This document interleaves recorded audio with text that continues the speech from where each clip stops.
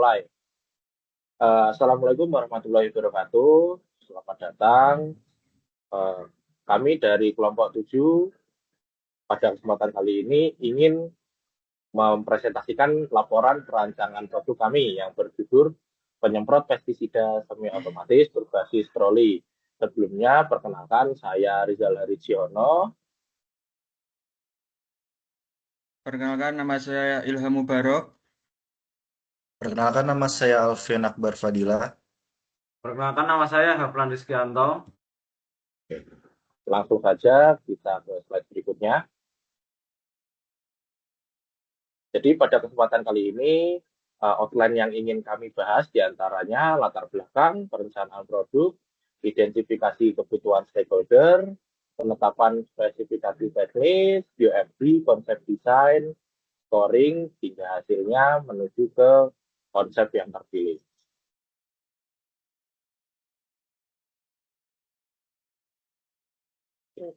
Yang pertama, latar belakang. Produk kami ini kami buat, desain ini kami buat karena kebutuhan sektor perkebunan yang memiliki peran penting dalam memenuhi kebutuhan negara kita ini. Salah satu langkah penting dalam budidaya tanaman adalah penyemprotan pestisida untuk melindungi tanaman dari serangan hama dan penyakit. Namun dalam praktiknya, penyemprotan masih banyak dilakukan secara manual menggunakan knapsack sprayer atau sprayer yang digendong seperti tas yang membutuhkan tenaga ekstra dan pengerjaan yang lama dari para petaninya.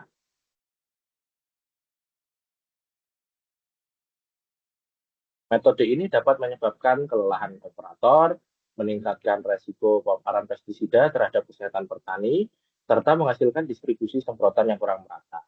Nah, selain itu, kondisi lahan perkebunan yang tidak selalu datar, seperti lahan miring atau berbukit, membuat proses penyemprotan menjadi semakin sulit karena operator harus membawa tali pestisida dengan menggendongnya saat berjalan. Oke. Di sini solusi yang kami temukan adalah untuk mengatasi masalah tersebut, diperlukan inovasi berupa perancangan alat penyemprot pestisida semi otomatis yang berbasis troli. Alat ini dirancang menggunakan sistem pompa dan nozzle yang mampu menghasilkan distribusi semprotan yang lebih merata dan efisien. Penggunaan troli memungkinkan alat didorong oleh operator sehingga dapat mengurangi beban fisik saat penyemprotan, terutama pada lahan dengan kemiringan tertentu.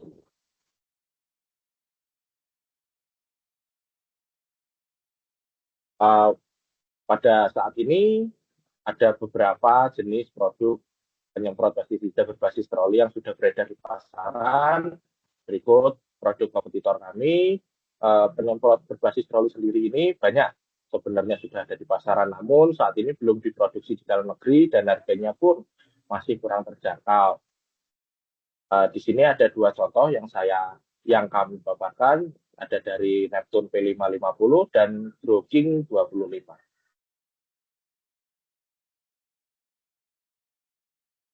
Yang selanjutnya adalah pernyataan misi produk.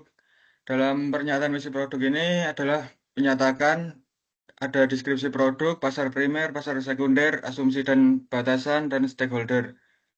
Yang pertama itu deskripsi produk. Alat penyemprot pestisida semi otomatis berbasis troli yang dirancang untuk membantu proses penyemprotan pestisida pada tanaman sayuran di lahan terasering dengan menggunakan sistem nozzle untuk menghasilkan penyemprotan yang merata. Selanjutnya ada pasar primer, yaitu ditujukan pada petani sayur di daerah pegunungan atau lahan terasering. Untuk pasar sekundernya ditujukan kepada kelompok tani, koperasi perkebunan, dan penyedia alat perkebunan modern. Untuk asumsi dan batasan ada 3. Yang pertama, alat dioperasikan secara manual dengan cara didorong oleh operator. Yang kedua, alat dirancang untuk menggunakan pada lahan perkebunan sayur dengan skala kecil hingga menengah. Yang ketiga, sistem penyemprotan menggunakan pompa listrik berbasis baterai. Selanjutnya ada stakeholder. Di sini ada 5 stakeholder. Yang pertama adalah petani sebagai pengguna utama, kedua pemilik kebun, 3 vendor produksi, keempat distributor alat perkebunan lokal, dan kelima ada Dinas Pertanian Kota Semarang. Selanjutnya adalah tujuan produk. Tujuan produk di sini ada 4. Yang pertama adalah merancang alat penyemprotan pestisida yang lebih ekonomis dan mudah digunakan oleh petani pada lahan terasering. Yang kedua, mengurangi beban kerja operator dibandingkan dengan penggunaan sprayer manual tipe gendong. Yang ketiga, meningkatkan efisiensi dan efektivitas proses penyemprotan pestisida pada tanaman sayuran. Yang keempat, mengembangkan konsep alat perkebunan sederhana yang mendukung penerapan mekanisasi perkebunan skala kecil. Selanjutnya ada deskripsi produk. Produk yang dirancang dalam penelitian ini merupakan alat penyemprot pestisida semi-otomatis berbasis troli yang terdiri dari beberapa komponen utama. Antaranya adalah tangki pestisida, pompa listrik, sistem distribusi selang, rangka troli, roda, serta boom sprayer yang dilengkapi beberapa nozzle. Sistem semi-otomatis pada alat ini memungkinkan proses penyemprotan dilakukan menggunakan pompa listrik sehingga operator tidak perlu memompa secara manual seperti pada sprayer konvensional. Selanjutnya ada batasan produk. Seperti yang sudah dibahas tadi, ada 4. Yang pertama adalah alat dirancang khusus untuk penyemprotan pestisida pada tanaman sayuran. Yang kedua, sistem penggerak alat menggunakan troli yang didorong secara manual oleh operator. Yang ketiga, alat dirancang untuk digunakan pada lahan perkebunan dengan sistem terasering. Yang keempat, kapasitas tangki pestisida dibatasi pada ukuran tertentu agar alat tetap mudah digunakan atau dipindahkan. Selanjutnya ada identifikasi kebutuhan pelanggan, yaitu pertama dengan pengumpulan data mentah kebutuhan pelanggan, yang kedua tafsiran data mentah, yang ketiga ada organisasi kebutuhan, dan keempat ada matriks kebutuhan pelanggan. Untuk pengumpulan data mentah ini ada beberapa stakeholder, yaitu pertama Dinas Pertanian Kota Semarang, kedua petani sebagai pengguna utama, yang ketiga pemilik kebun, dan keempat ada vendor produksi.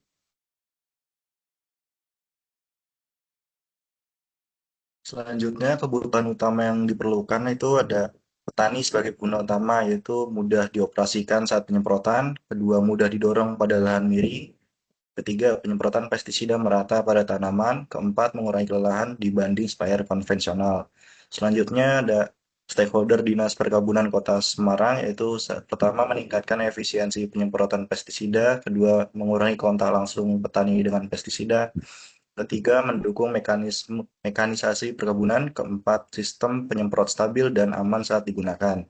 Untuk stakeholder selanjutnya yaitu pemilik kebun, yaitu pertama proses penyemprotan lebih cepat dan efisien, yang kedua penggunaan pestisida lebih hemat, ketiga alat memiliki daya tahan yang baik, dan keempat biaya perawatan tidak terlalu mahal.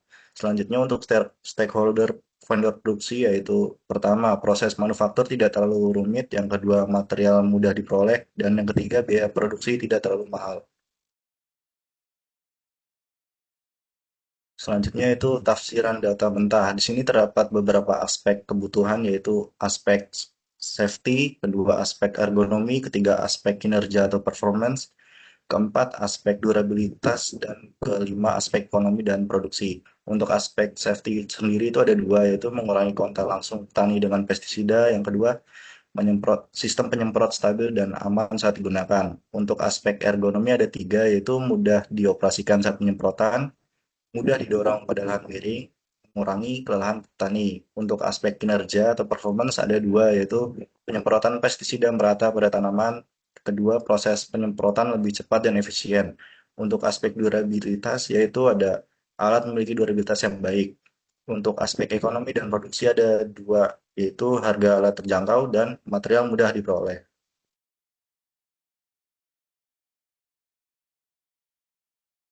Selanjutnya itu organisasi kebutuhan. Di sini ada 10 kebutuhan dengan tingkat kepentingan yang berbeda. Yang pertama, mengurangi kontak langsung petani dengan pestisida dengan tingkat kepentingan 5. Yang kedua, sistem penyemprot stabil dan aman saat digunakan dengan tingkat kepentingan 5.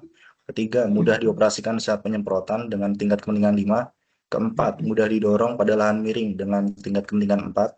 Kelima, mengurangi kelelahan petani dengan tingkat kepentingan 4. Yang keenam, penyemprotan pestisida merata pada tanaman dengan tingkat kepentingan yang kelima. Yang ketujuh, proses penyemprotan lebih cepat dan efisien dengan tingkat kepentingan 5. Yang kedelapan, alat memiliki durabilitas yang baik dengan tingkat kepentingan 4, yang ke-9 harga alat terjangkau dengan tingkat kepentingan 3, dan yang terakhir ke-10 material mudah diperoleh dengan tingkat kepentingan 4.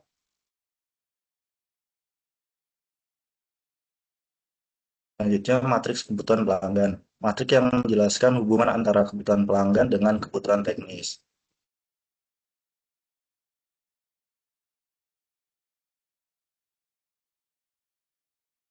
Di sini terdapat matriks kebutuhan pelanggan dengan respon hubungan antara kebutuhan pelanggan dengan respon teknis dengan keterangan nilai, yaitu 1 sangat tidak penting, 2 tidak penting, ketiga sedang, keempat penting, dan kelima sangat penting.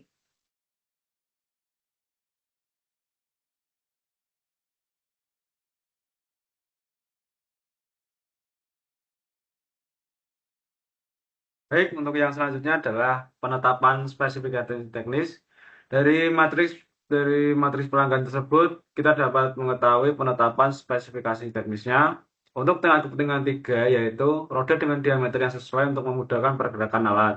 Lalu, pada tingkat kepentingan 3 juga, berat alat yang relatif ringan agar mudah didorong, serta yang terakhir, tinggi pegangan yang ergonomis. Sedangkan untuk tingkat kepentingan 4, itu ada 3 juga. Yang pertama, material rangka yang kuat dan tahan korosi.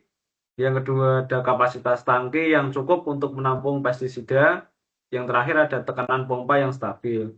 Untuk tingkat kepentingan 5, itu ada yang pertama, jenis pompa dengan performa tinggi dan stabil, sistem pengaturan debit semprot yang mudah diatur, lalu ada jenis nozzle yang mampu menghasilkan penyemprotan merata, serta yang terakhir ada jangkauan semprotan yang luas untuk meningkatkan efisiensi penyemprotan.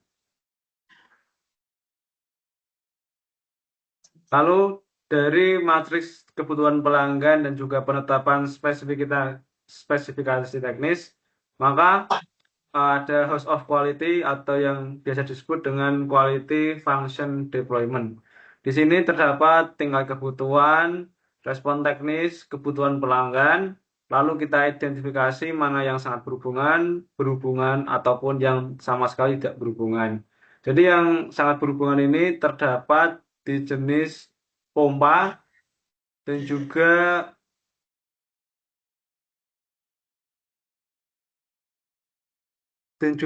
berat alat. Selanjutnya yang sedikit berhubungan itu ada di jenis roda dan juga berat alat juga. Revisi untuk yang sangat berhubungan tadi ada di jangkauan semprotan juga. Lalu kita skor sehingga mendapatkan ranking kebutuhan, di mana yang pertama itu adalah jenis nozzle. Untuk yang ranking kedua ada pengaturan debit. Lalu muncul ranking ketiga hingga ranking 8.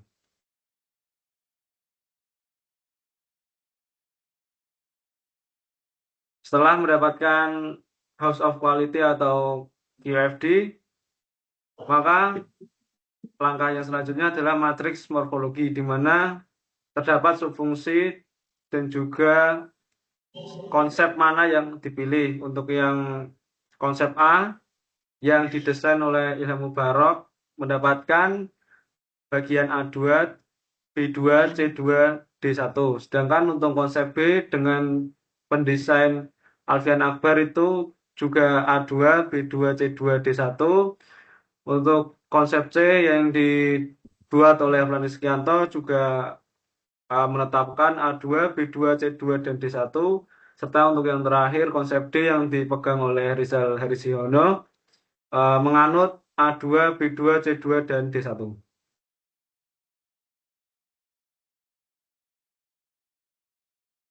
Untuk skala prioritas, di sini hal-hal yang prioritas yaitu alat dirancang khusus untuk penyemprotan pestisida pada tanaman sayuran. Yang kedua ada sistem penggerak alat, itu menggunakan troli yang didorong agar proses fleksibilitas itu juga terjaga. Yang selanjutnya ada alat ini memang digunakan pada skala perkebunan kecil hingga menengah. Lalu yang terakhir, di mana kapasitas tangki ini menjadi prioritas untuk sekali jalan itu dapat menampung cairan yang banyak.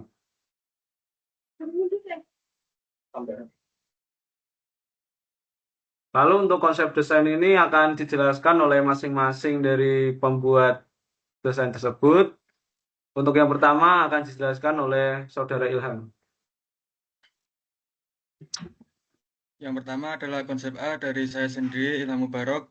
Berdasarkan matriks morfologi yang ada tadi, yang pertama itu ada bentuk roda. Di sini saya memilih bentuk roda seperti yang saya desain karena mungkin lebih efisien jika dilakukan pada lahan yang becek atau basah.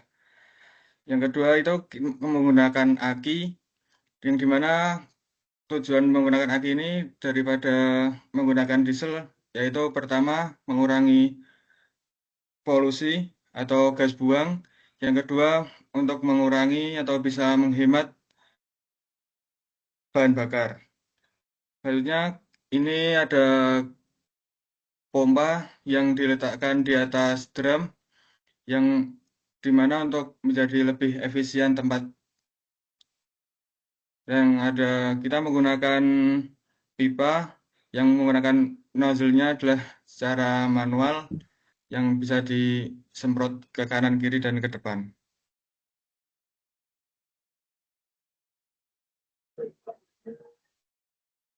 Selanjutnya untuk konsep B yang dibuat oleh saya sendiri, di sini terdiri dari beberapa komponen penting, yaitu rangkanya itu desain rangka mengadopsi bentuk troli dua roda yang kokoh dan sederhana. Rangka ini juga dilengkapi dengan pegangan atau handle yang ergonomis sehingga memudahkan operator dalam mendorong, mengarahkan, serta mengendalikan alat selama proses penyemprotan berlangsung.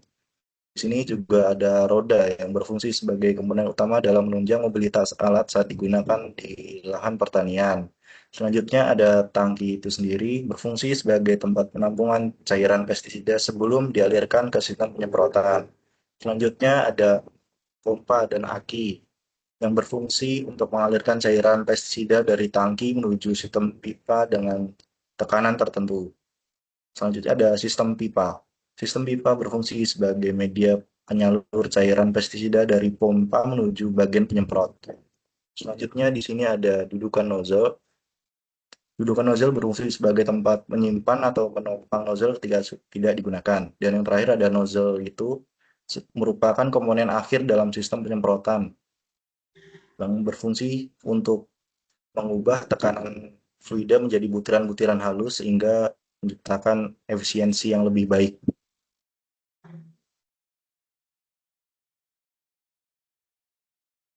Terus selanjutnya ada konsep C yang dibuat oleh saya sendiri. Untuk rangka merah ini saya buat seperti ini agar mendapatkan kekuatan yang baik, di mana beban tangki ini sudah berat dan harusnya disangga oleh si rangka ini. Lalu untuk yang kedua ada pemilihan roda, di mana saya menggunakan roda yang dapat menahan kapasitas tangki ini. Agar roda ini juga memiliki fleksibilitas yang baik, maka roda menggunakan material besi. Lalu untuk yang selanjutnya menggunakan sistem penggerak yang sama seperti konsep yang terdahulu, di mana saya menggunakan pompa dan juga aki. Tujuannya adalah untuk menghemat bahan bakar dan juga mengurangi penggunaan BBM pada umumnya. Penggunaan pompa ini juga menunjukkan bahwa sistem penyemprotan ini menggunakan semi otomatis, di mana para petani ini tidak usah menggunakan pompa manual dan juga itu akan melelahkan bagi petani itu juga. Maka saya memilih konsep yang elektrik ini. Selanjutnya untuk selang dan juga nozzle ini saya mendapatkan asumsi ataupun batasan di mana selang ini dapat di adjustment atau di kurang lebihkan panjangnya, karena pada saat penyemprotan itu nozzle dan juga selangnya dapat ditarik ulur sesuai dengan jarak tanaman yang ada di lahan perkebunan itu. Lalu untuk nozzle sendiri saya menggunakan desain yang seperti ini karena menurut saya untuk aliran flow-nya ini lebih stabil dan juga pengerjaan pada satu titik ini juga lebih kencang untuk aliran atau flow-nya.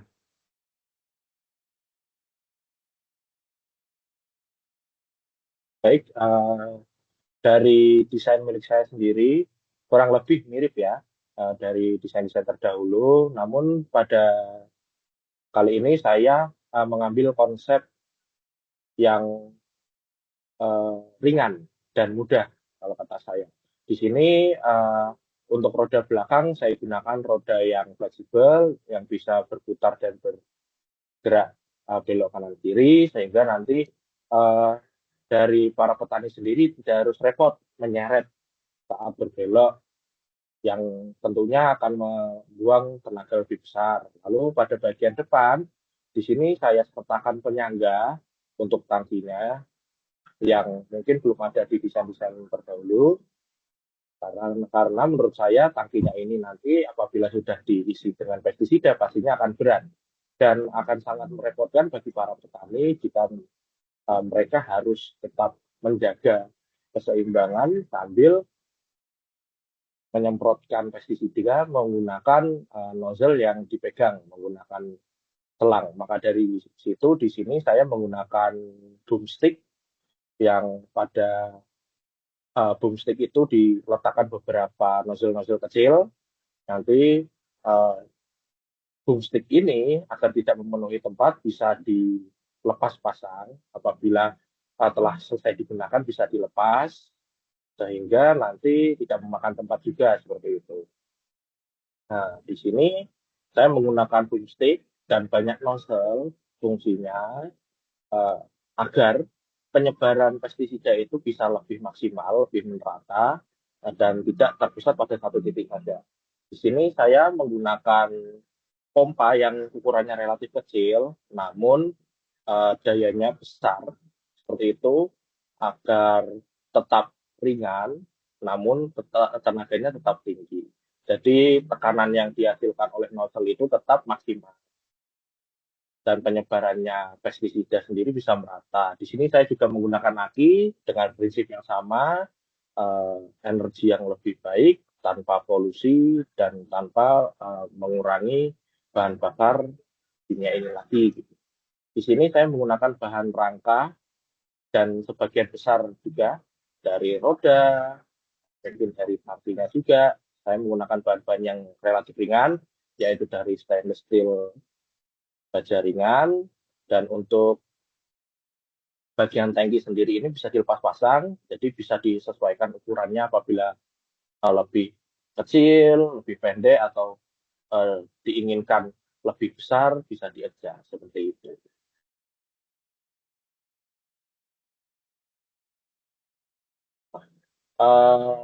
Setelah kita melihat 4 desain yang sudah dipaparkan sebelumnya, selanjutnya kami dari kelompok 7 melakukan scoring untuk menentukan konsep desain mana sih yang akan dikembangkan yang sekiranya cocok dan sesuai dengan prinsip awal kita untuk dikembangkan menjadi produk yang jadi dan siap diedarkan.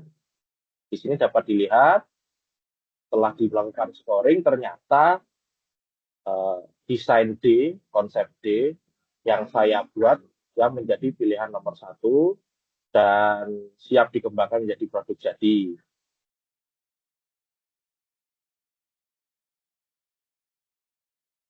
Nah, desain terpilih adalah milik saya. Jadi untuk desain ini kami tambahkan gambar teknik yang berisi ukuran-ukuran, diameter, geometri, dan sebagainya yang bisa dilihat di sini. Nah, di sini ukuran-ukuran dilengkapi, diperjelas agar dilihat geometrinya dan tidak meleset pada saat pengembangan nantinya. Di sini saya menggunakan ukuran yang relatif kecil, ramping, jadi tidak terlalu lebar dan memakan tempat. Di sini dari tingginya sendiri hanya 1 meter lebih 17 cm, dan lebarnya sendiri cuma 35 cm, seperti itu.